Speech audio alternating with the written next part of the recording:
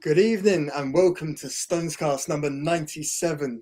4 days after the last cast, 96, the powers that be have brought this cast forward from its scheduled date of April the 9th for some god unknown reason. I mean, I couldn't see why they could have brought it forward so soon, but it's obviously great to be here. And for some reason, they've also let me, River, host this one. So, you know, if it all goes a bit Jez Albert, then don't blame me.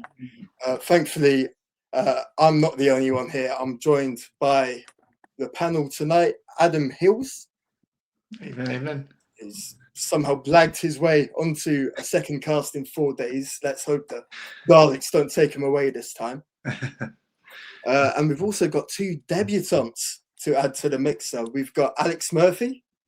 Hi, guys. And we've also got Ollie Kirk. Good evening. Yes, and we're also supposed to have Mario Manzi, also known as Manzi Calcio on TikTok and Instagram, but he's found his way to Bosnia to support his national team. So we wish him all the best out there and to Italy as well as they try and salvage their place in the World Cup. But I think we've got plenty to dive into over the next hour or so. Of course, before that, we want to thank Rolf East for their continued support of the podcast. We thank them very much. They've done a lot for the cast, and let's hope they continue to support it for many years to come. So, as is custom, it's time for the newbies to introduce themselves. I think we'll start with Alex. How did you get into watching Wealdstone, and what was your footballing watching experience prior to watching Wealdstone, and how has it changed since you started coming down? Well, the first Wealdstone game I went to was when we were in the Conference South, and it was literally one non-league day. I think we played Hampton and Richmond, and we won 2-1. And obviously, I've always liked non-league football kind of beforehand, but then I think after obviously COVID and the whole with what happened in the Prem, I started coming Wealdstone more often. And then since like what would it have been, 21-22, the first season with fans back in, I've just, I've been going quite regularly since then. I just love it. I think it's a great club, and it's how football should be, really. Absolutely. What is it that keeps bringing you back down to Wealdstone specifically? You said about a love for non-league football just in general, but what is it that keeps drawing you back to the Vale? I think with Wealdstone specifically, it's just obviously we get, it's a solid enough crowd. It's not like, because there's like a few non-league clubs near my area, but they're like in tier 8, and they, their their attendances aren't that great. Whereas at Wealdstone, like that was the first kind of non-league game I saw that it was like over 1,000 people. And then obviously as time has gone on, it's just such a proper sort of footballing experience. And I'd recommend it to sort of anyone, because it's how football should be. It's like so authentic. So that's what keeps drawing me into Wealdstone. Absolutely. I couldn't agree more, to be honest. Well, Alex, your first game was in the Conference South. Ollie's, yours was a lot later, wasn't it? I sort of know how you got into Wealdstone, but for the wider world, please share your story. Well, yeah, so I've only been going best part just over 2 years now. So my first, when I started to go, was the run into the end of the season back in the 23-24 season when Sam Cox was manager. And it was because we were playing Saturday, Tuesday. So I had a reason I was back at the club probably every 3-4 days. And we had some great results then. We obviously, the main one that I remember was the Dorking 4-2. That was just surreal. And then that was mental. And then I'd done Barnet away before, but that's not really a proper one. So the first proper away day I did was last game of the season, Oldham 3-2. And I mean, for the first away game, that it doesn't get better than that, does it? Like that was proper, very good. And then, well, I went to all the pre-season and met new people and started to get familiar faces with people around the club. and then I basically just went to all the games for the next season, and then this season as well. And yeah, I've enjoyed every moment of it. And I think the thing that I can say about Wealdstone is because I was always a Arsenal fan. I went Arsenal most games, and to get Wealdstone to attract me away from Arsenal, how it has, is just I just don't know how it has, but it's been very good, and I've enjoyed every moment of it. Yeah, I know. Well, Arsenal are potentially having one of their best seasons in 20 odd years, and I never hear a peep from you about their fortunes. You are very much fully on the Wealdstone train, and I've got to say, pretty much every away game, Ollie is the first to say, "Oh, I want to be there. I want to be there." Who's coming with me? So he's through and proper Stones through and through. I've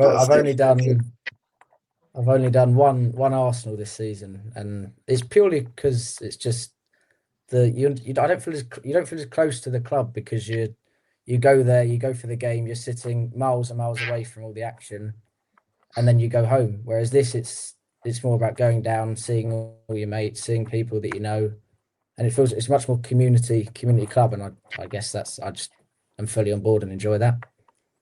Absolutely. Now we've got all the pleasantries out the way. Now let's move into the nitty gritty. We'll start with the week leading up to the game. Obviously, we had the Yeovil game sandwiched in there, unfortunately, for all of our eyes. I think I'll start with Hillsy. I mean, he sort of touched on it in the last cast, but how did you feel going into the game throughout last week? Yeah, I think as I sort of said on last week's cast, I was slightly concerned by 3 defeats, but not overly surprised. I was hoping for something, certainly a performance from the Yeovil game, just to give us a little bit of momentum. And I think it was a little bit of a concern. And then obviously all the build-up was about the players that were missing and what side are we going to put together. But after we did that cast, I think it really got my juices flowing. I really started to get excited for the game. And Friday was the slowest day. And yeah, I guess all of that, everything that had gone before it, the poor form, who's going to play, just kind of went out the window. And once kind of you got there, got to the Vale, and you saw the crowd, the excitement buzzing, it was just just a day to take in, right? And hey, yeah, we done it. Unreal. How about you, Alex? How did you feel going into the game last week? Well, quite similar to what was just said there. Obviously, with Yeovil, I didn't think we would get a result. I thought it was sort of kind of with Saturday in mind, just sort of protecting, making sure no more casualties for the game and everything like that.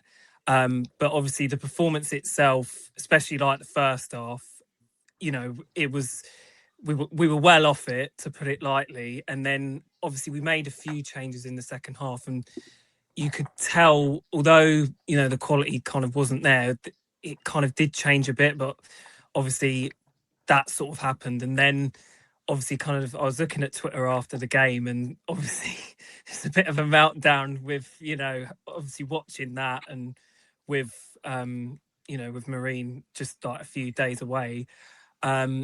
And then, I mean, for me, it kind of only hit kind of really on the day itself, because even on Friday, it was just more nerves than anything. But then Saturday, it really was like, wow, this is it. This is here for us. And then, honestly, when that goal went in and when the final whistle went, it was just to see us do it was just magical. It really was. Absolutely. And what about you, Ollie? Obviously, I caught you just before the game, and you in great spirits. Was that always the case going into it? I was very nervous, but I tried to like hide it and tried to but the nerves were, but to see when that went in, obviously I wasn't in the game because I was behind the bar the whole game, but that moment is just, it beats every other moment, and I've had in the 3 years I've had many of them. So yeah, it was a surreal day and surreal game. Absolutely. And I think it's probably time to touch on the early stages of the game now, maybe the first half, in which we saw two sides that I thought were a little bit scared. They didn't want to give too much away. But ultimately, I think Marine looked on top in that first half, and nerves were really starting to jangle within the crowd. Alex, how are you feeling after that first half finished? Yeah, I think obviously there was a lot of nerves after the first half because Marine, well, obviously throughout the game as well, they showed that, you know, they're a solid side, they're a solid team. And as well, what impressed me with them is they were, you know, they were very hardworking, and they kind of, you know, as a unit, I wouldn't say they were kind of the most physical side, but they really were, obviously as a team, they were really giving it everything. And you know, I think as well, obviously there's probably some people, you know, kind of potentially could have gone, oh, well, you know, we should be, you know, we should be well all right against Marine. But that was never going to be the case, because obviously they've taken care of, you know, quite a few National League sides already to get to us. But yeah, I just thought as well, I think you summed it up perfectly there. I just think, especially us, I could see it, like the nerves were kind of quite visible just in the way we were playing. But the main thing is we kind of got to, you know, half time and, you know, level. And that's all that I was kind of relieved about, really. Yeah, I do have to agree. Obviously, Marine took out Woking in the quarterfinal before the game. So they're definitely a side with real talent, or rather, they know how to get results against higher levels of opposition. Hilsey, did you see Marine as the better side in that first half? No, I wouldn't say they were the better side. I think they certainly caught me by surprise in terms of, I say how good they were. I expected a robust side, but you know, going forward, they really caused some problems. They were quick to get bodies forward into our box, and obviously they had a couple of really good chances. The header I thought was the really obvious one. I agree that as the game went on, and we'll talk about the kind of the second half and stuff, but it was quite apparent to me how much some of their players were blowing from actually quite early in the game. Oh yes. And if I'm being really critical of Wealdstone, I think a better side would have put that game to bed a lot sooner than we did. You know, and whether that was a bit of a hangover from the previous few weeks, whether we just didn't play. I always think with the Vale as well, especially in the sort of the summer months when it dries up, people often refer to the pitch being quite sticky, and it was obviously quite a windy day as well. I think we struggled to really get a grip on the game. I thought, again, this is probably going to come across as being quite hypercritical, but someone like Jack Hinchy, who has obviously come down from a lower league, he is someone I was expecting to get on the ball, dictate the game. And I feel like the first half completely bypassed him. Mm-hmm. That said, and it was only really when I watched the highlights back, you kind of forget how good chances we really had. I think Tientia had that one where he kind of missed his kick, but you know, he's 10, 12 yards out right in the middle of the goal. Should have done much better with that. Darko had the good chance. Obiero flashed one past the post. So, you know, whilst we can kind of say Marine, yeah, they looked quite dangerous on the break and they had chances. We did as well. So, yeah, I think on the whole, the first half was quite even, but I think Marine took us by surprise a little bit. Yeah. Ollie, obviously you didn't actually watch the game. You were working in the bar. No.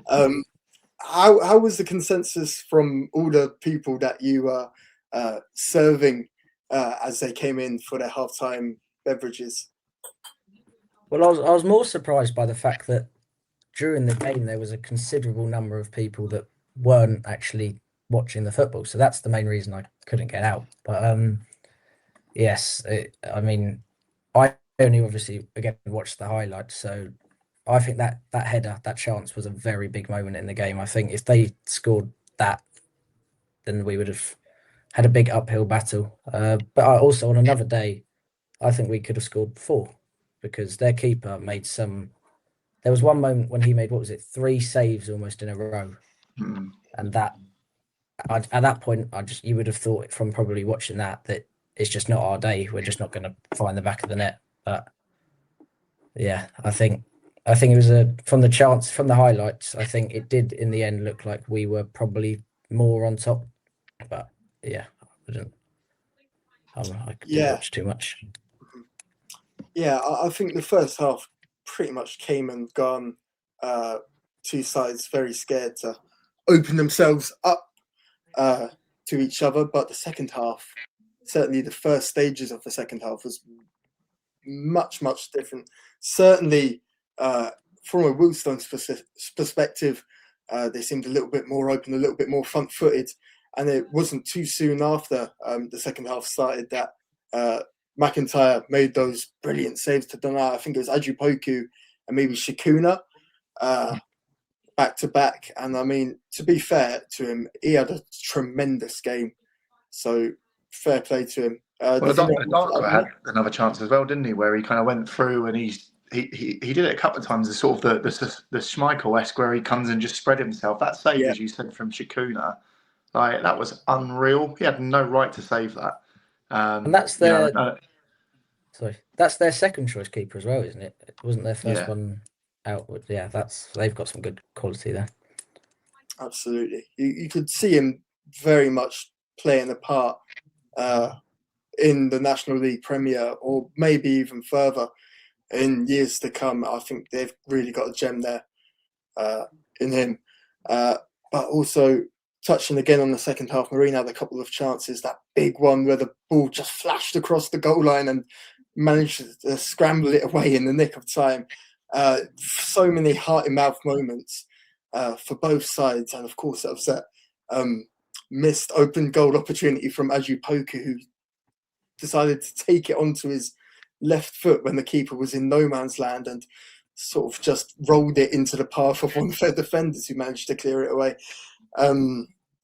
It looked all for certain that it was going to go to penalties, and I think after the kiddie game, we were pretty much sick of seeing that. I think I wasn't at the kiddie game, but my heart was about to explode listening on the radio, so I couldn't have bared taking it in person. But one brilliantly placed kick from Dante Baptiste to put Michael Obiero through, who lobs it over McIntyre to send the 4,000 strong crowd into delirium.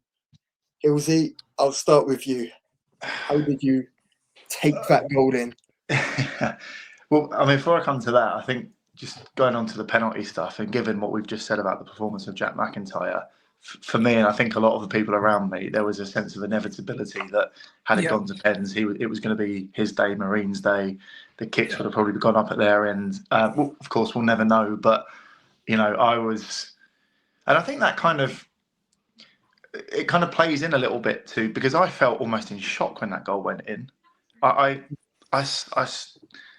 reaction was a bit almost slow.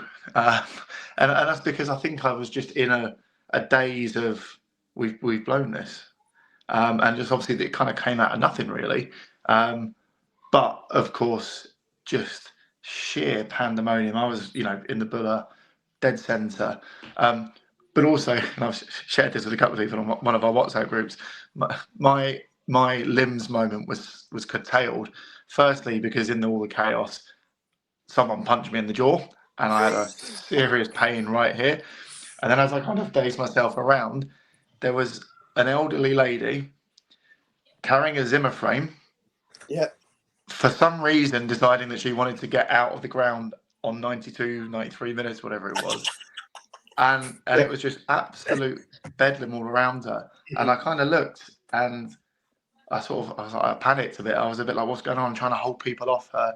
And I thought she was like crying, almost tears of being terrified. And then I kind of looked and I think she was celebrating. And it was just, it's a bit of a surreal moment. So, afterwards I chucked her back in and off she went. But it was. I think there's the scenes. Obviously, there's the goal. I think from the official camera, but there's the Russian blogger who does a lot of non-league. The footage that she's filmed from just to the side of the buller is unreal. That is gold content. I think that's my favourite video. And like, you know, you talk about limbs, like that was utter limbs. I think that was a lot of people's first time down at the Vale too. That's surely going to bring them back. I mean, I think my first game was against Concord back in 2017, and it was an absolute wretch of a game. And we somehow it was a 2-1. It was a 2-1. One of Gordon Bartlett's last games, and somehow managed to get over the line in the end. And for some reason, I decided to stick by it. But obviously, it's worked out in the end. Alex, where were you in the game, and where did you catch the goal from? Well, I mean, I was obviously in the buller kind of to the right. So I was actually near where obviously all the players went after we scored, and they all kind of jumped into that section of the crowd. But I just remember thinking, like, when it hit 90 minutes, obviously is just covered there, that there was that inevitability that you kind of thought their keeper's having a stormer of a game. And you can just see, I know we did it against Kidderminster, and, you know, the nerves is, you know, as we've touched on already, like my heart for that was going like strong enough. And I just thought that if it was going to go to penalties again, I think Marine would have done us. But then obviously the goal, you know, when it happened, it was just, you know, the most perfect kick. And I think someone's already commented that, you know, it was quite a blustery day as well.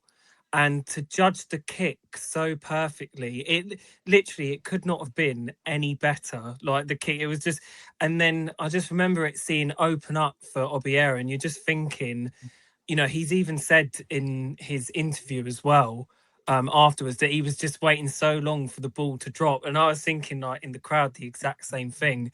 And obviously with the keeper coming rushing out, I think he did superbly well just to kind of hold his nerve and just kind of a calm little, you know, as it was a dink over, and, you know, the pandemonium, honestly, it was just, but as well, I just think it was the relief for me as well, more than anything. I know obviously like the joy, but I just kind of think if we wouldn't have done it on Saturday, that really would have been a massive opportunity blown for us to get Wembley, because I think it had to be our time, and that was kind of the main overriding emotion for me, was obviously the joy, but just the relief more than anything when that ball went in the back of the net, honestly.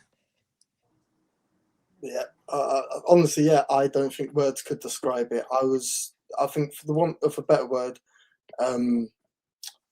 I was inconsolable. I was screaming my head off like a madman.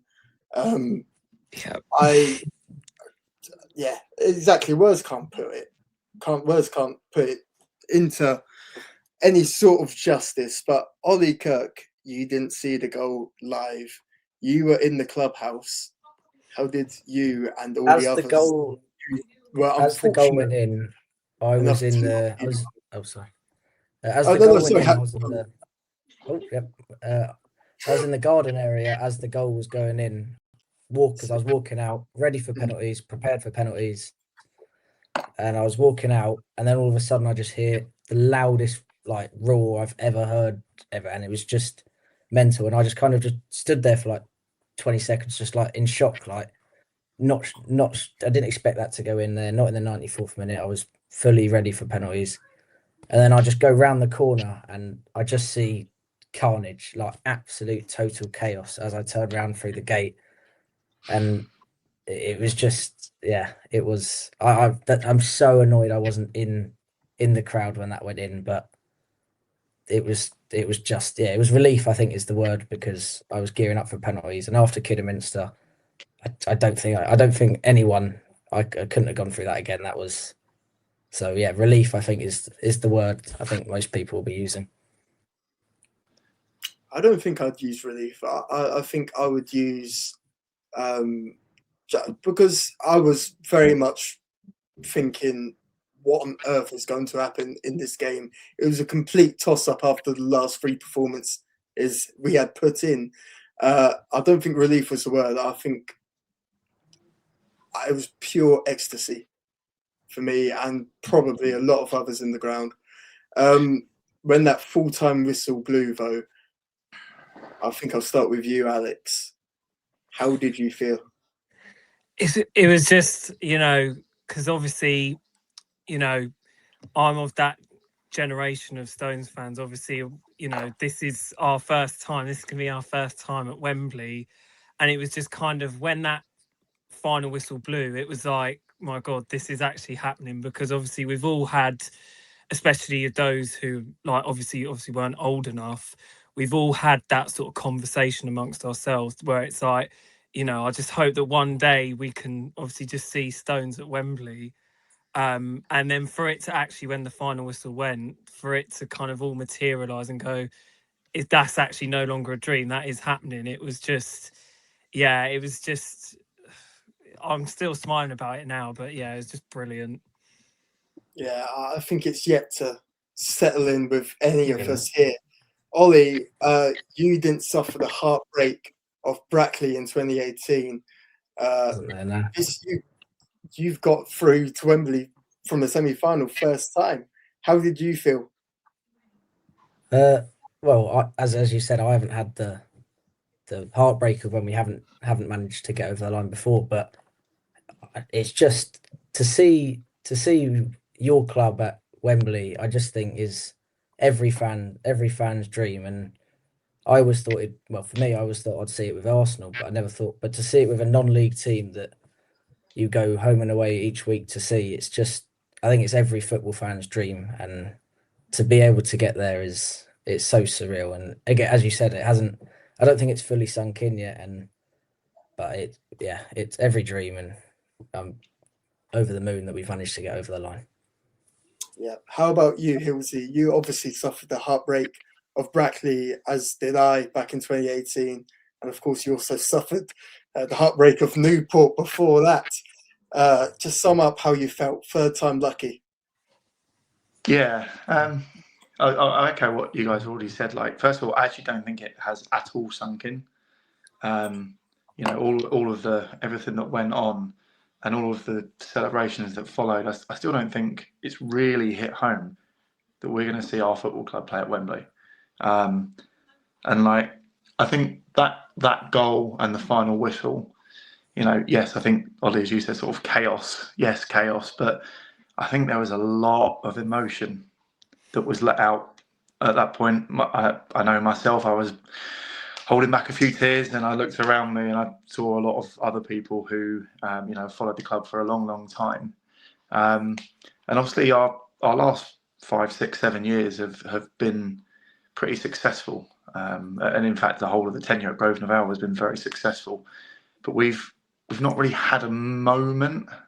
Like, yes, we've had a few, late winners in important games and stuff, but we obviously missed the crowning of the National League South because of COVID.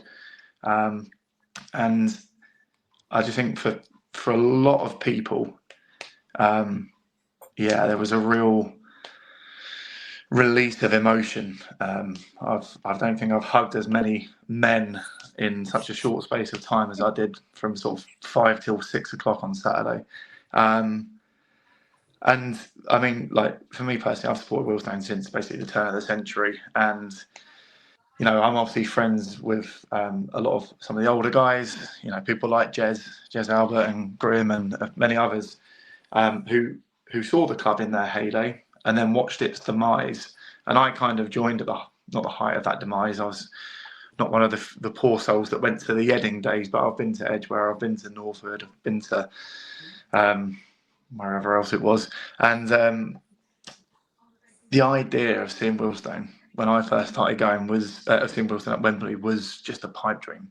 We were so far away from it, so far away.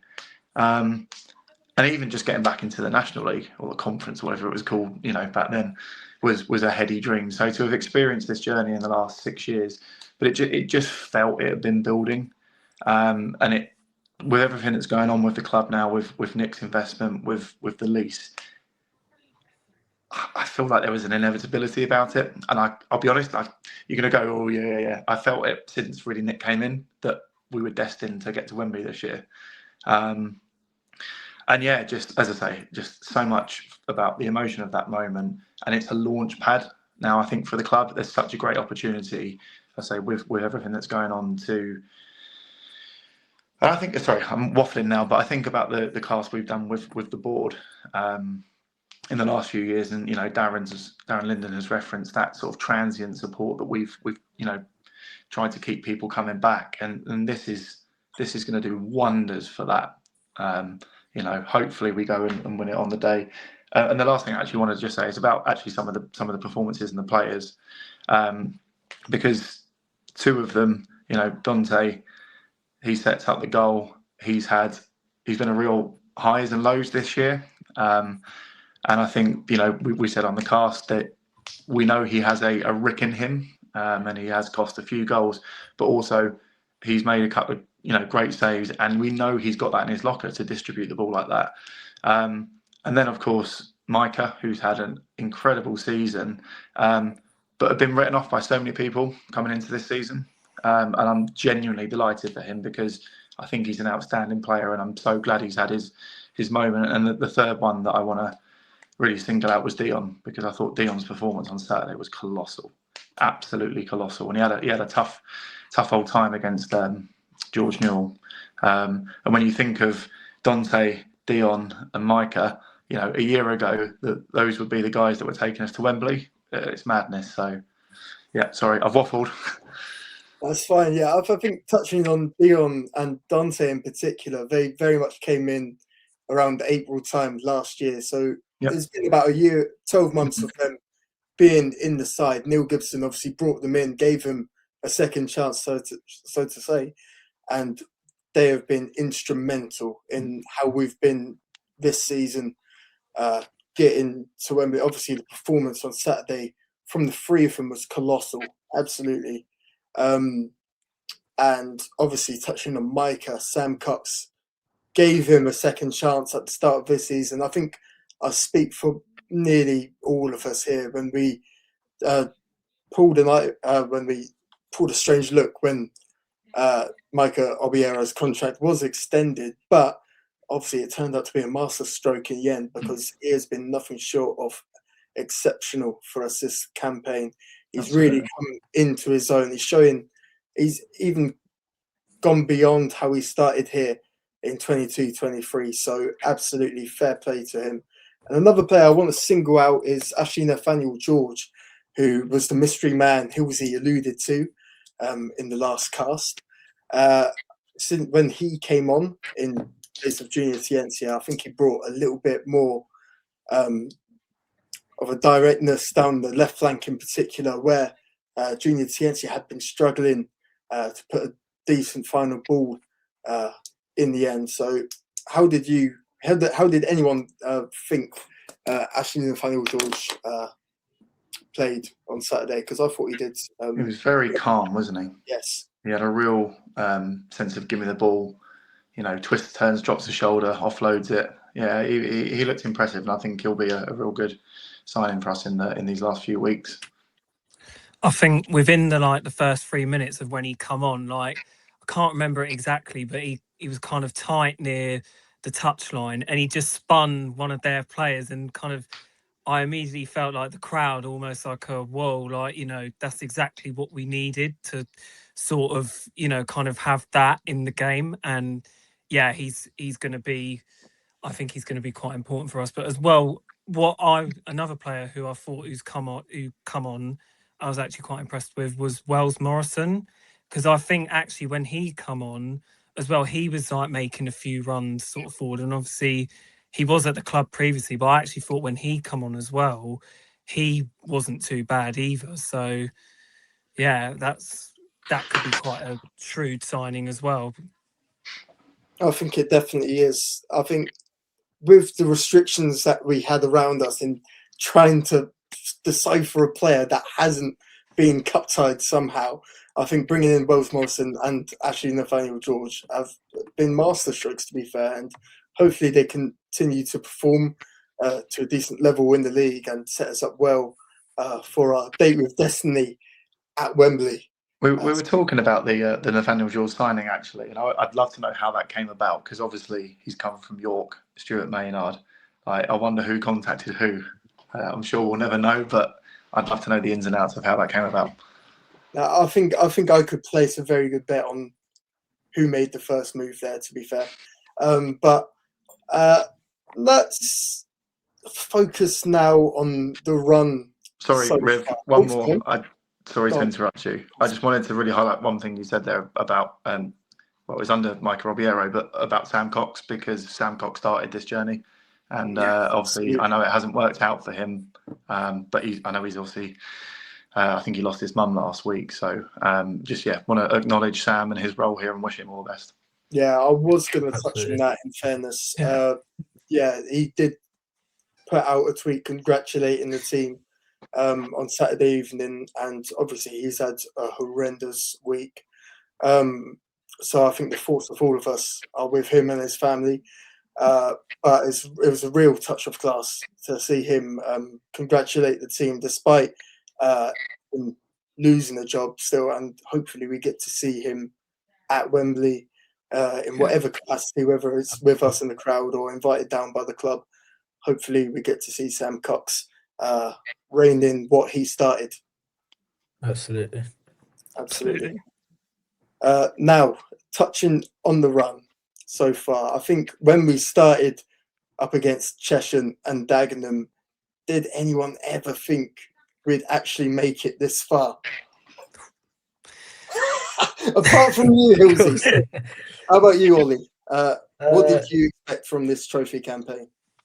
After those two, no, I didn't, and especially when Forest Green was came out that hat, I thought, no chance getting past Forest Green. I thought it'd be a matter of how long can we hold them off. But how we went and absolutely demolished Forest Green, then you get a bit of hope, and then you go, okay, then it's the quarterfinals, and then you just go, you get past that one, and you got one more, and then it's Wembley, and then again Kidderminster. That was a hard tie, probably the hardest tie that came out of that round. And well, once you get past them, then I think then you're looking and you go, okay, you're not going to get a better chance than this now, so go and take it.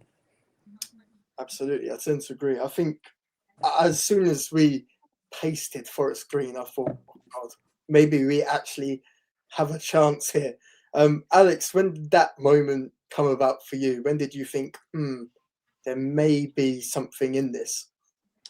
Well, like you guys have just said, I think Forest Green was the one, because even like the round before against Dagenham, it was like, it was quite a tight game, and obviously we just about got through, and then obviously we get Forest Green, and I was kind of thinking, away from home, I don't think we're going to get through here. But then to win the way we did as well was kind of like a real statement, I think. And for me there, it kind of was the first thought I kind of had of like, it could actually be on. And then obviously Kidderminster next round, I mean, that was always going to be tough. And the players really did have to kind of ride it through, because it was never going to be an easy ride. And then obviously the penalty shootout, the way we won it, kind of showed everyone scoring as well, all the players for us. I think, they've just shown like quite a lot of character in this run. And that's the Forest Green one for me, was where it kind of really felt like it opened up for us. Absolutely. Well, I wasn't at the Forest Green game. I was actually down at a gig in Southampton. Oh, really? Same. Oh, fair enough. Where were you? Just out of curiosity. It was actually my dad's birthday, so I didn't want to be in the bad books for missing it for Forest Green. But I was kind of gutted when I did see we'd put in quite the stellar performance. So it's one of them things. Absolutely. Well, I was at an all-day gig down in Southampton, expecting post-punkers Bleach 93 to come on stage any moment. That's when the result filtered through. I think I got a phone call saying, look, we've just pasted Forest Green. And I was like, yes. And I wasn't at the Kidderminster game either, so I was starting to think I was a little bit of a bad luck charm. But obviously, it didn't seem to be the case when we made it through on Saturday.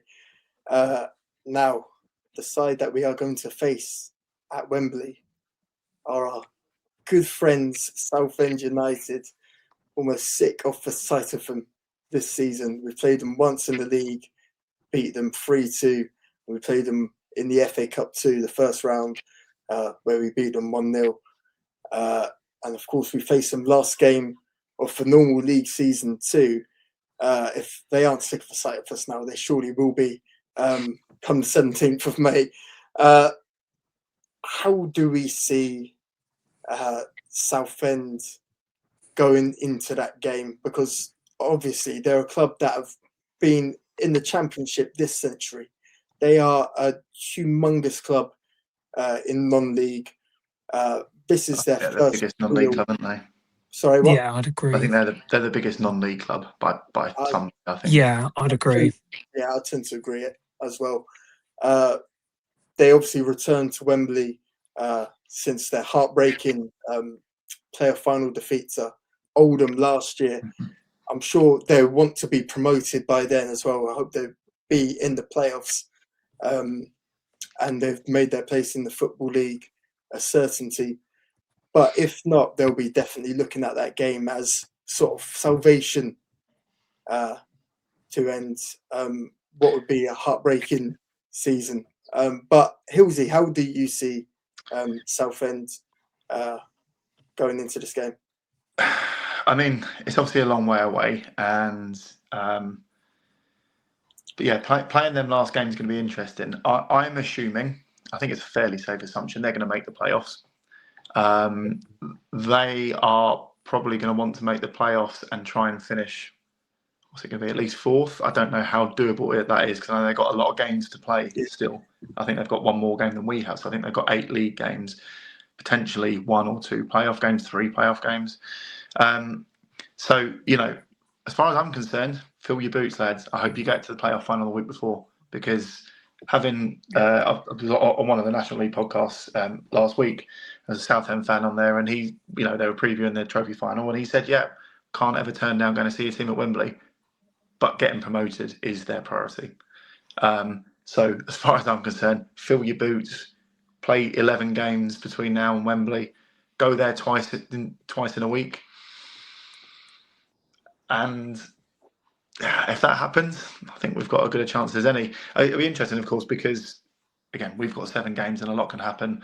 But we've got 3-4 players coming back into the squad who obviously missed out Saturday, and fingers crossed we might be at full strength. Potentially, Musa might be back. I don't know. Yeah, we've had the obviously the run of the mill against them this year, and I said it at the start of the season on the podcast. Like Kevin Meyer, their manager, Meyer, I think he has an unrealistic amount of credit because of his connections as a player there. He is idolised there.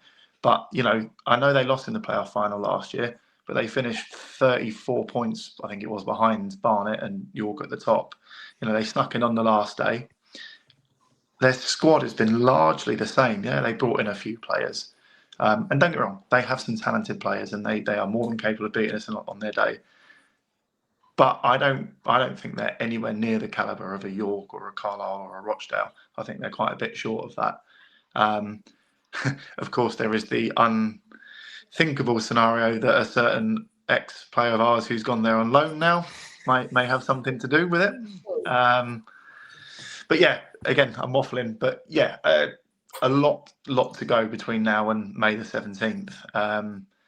And I genuinely think it will be a 50-50. Absolutely. I think we've got just as good of a chance as them. I mean, Southport did have them sweating early in their game. They were a goal down at half-time up on Merseyside, but they did manage to show some character and bring it back. Ollie, how do you see this game going? Obviously, it's so far away, but are you just going to be going there for the day out Wembley, or are you going to be expecting some silverware by the end of it? I wouldn't expect silverware because Southend are a very good side, but I agree. I do think it will be a fairly even game, and we should go there with the belief that if we play how we can play, then we absolutely can get a result and can bring the trophy home. But I wouldn't expect silverware. I think that's a bit too much to ask for. But no, I think if we can definitely beat them if we play how we know we can play. Just touching on what Hillsey said earlier about Southend's games in hand. Oh, Where's he I'm not gone? entirely sure where he's gone. Hopefully the Daleks haven't taken him again. But we'll continue with the three of us. Alex, Southend are currently in 7th place on 62 points, and they've got 3 games in hand on Forest Green in 6th.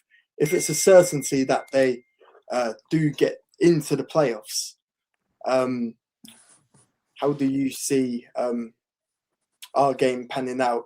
Do you think Southend may have a hangover from the playoff campaign should they get that far? Well, I mean, that was kind of one of the first things after the game on Saturday was obviously once we knew it was Southend, kind of first thing I kind of thought about it was how would, the National League sort of playoffs and obviously, the Wembley final sort of, impact them. Because obviously, as we've all correctly said there, obviously their priority is they need to, well, they want to and they need to get up back to the Football League. But I mean, obviously the play of, it's going to be, I think, a great advantage to us with them in the playoffs, and obviously as touched on going as far as, hopefully possible. And, and obviously that will take a lot out of them, if, especially depending on where they finish, it's going to be quite an effort, for them sort of emotionally and physically, whereas we obviously won't have that.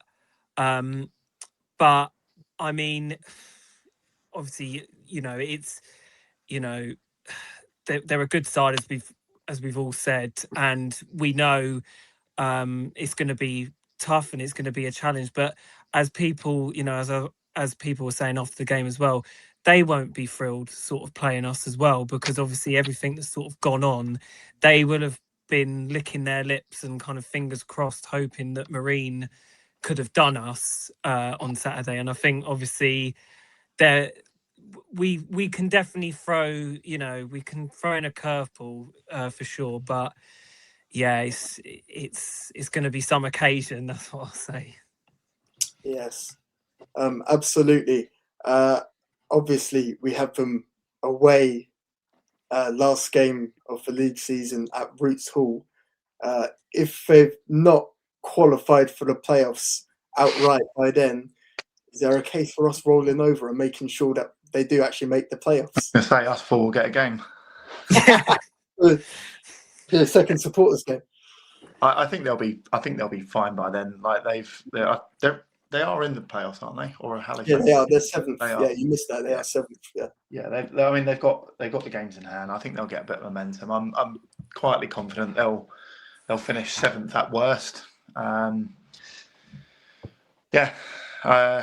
mean, yeah, going there on the last day of the season, I imagine. I mean, look, as Jez promised us last week, we're 150% safe. At the same time, we've got 7 games still to go, and we've lost the last 3 in the league. And the league still is important to a certain degree, because I feel like us finishing 18th or 19th would be a bit naff, because I think we deserve a lot more. I'd be disappointed if we didn't finish at least sort of 12th, 13th. So I hope we take the last few games seriously. But yeah, if they need to win that last game, I can see that it will not be our strongest side out. Does anyone want to add on that before we move on? The only thing, go. No, go ahead, mate. The only thing I would say is about the league is I can't see us picking up points in our next 2 games either. So Not Aldershot at home. isn't it Hartlepool? Oh, so we've got Boston, haven't we, tomorrow night? Boreham Wood, No, isn't it? Hartlepool. No, Hartlepool. You know, Yeah. And then have we got Didn't get the right time to Boreham Wood lose it. away after that, haven't we got? Yeah, true. Yeah. True. Yeah.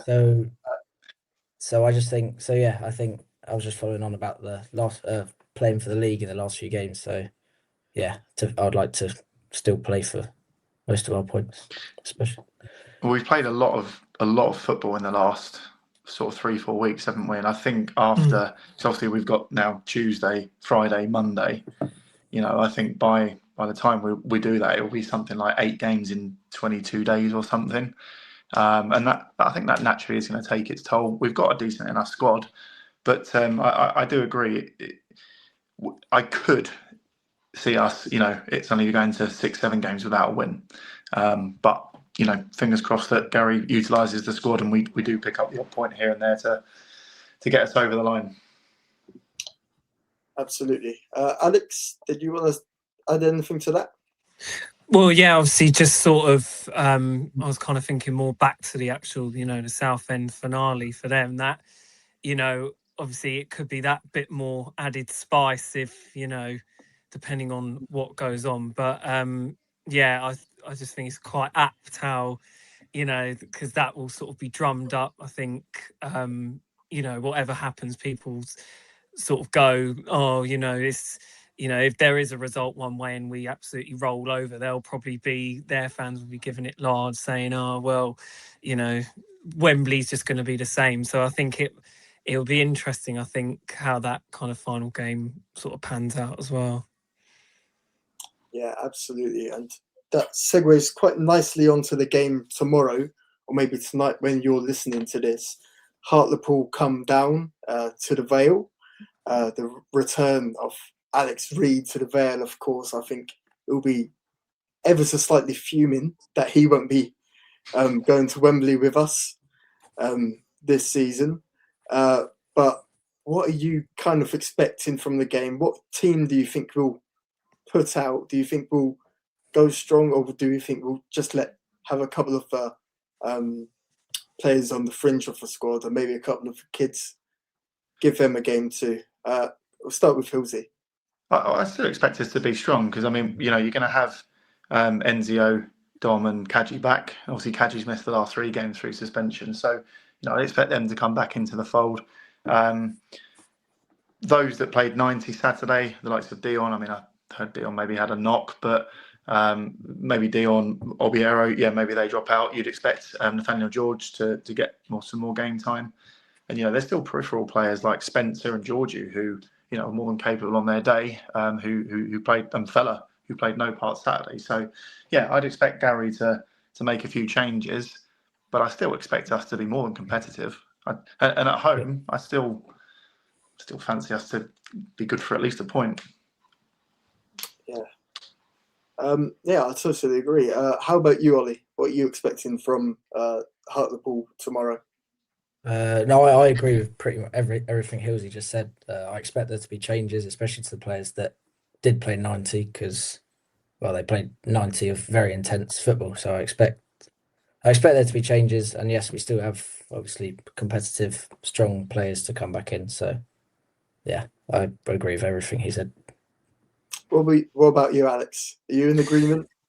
Well, yeah, I think obviously after Saturday, I think changes, there's, you know, is only natural. I think there's definitely going to be a few. And obviously, as we've touched on there, you know, the schedule we've got coming up, especially the Easter weekend, you know, we are going to have to, you know, kind of use the squad and sort of kind of get some players, you know, kind of change it about. But yeah, I think it'll be interesting to see what actually happens tomorrow, to be honest.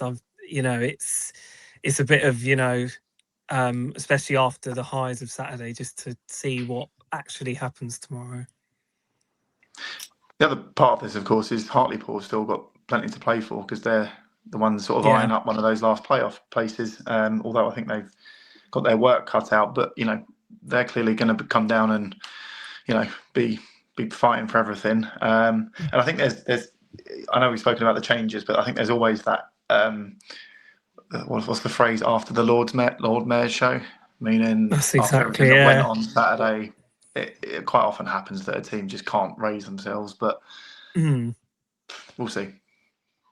Oh yeah, as you were saying, Hilsey, Hartlepool have only got one game in hand less than Southend, and they're only 2 points behind them in ninth. So they've still got plenty to play for, and maybe they'll end up at Wembley as well on the 10th of May.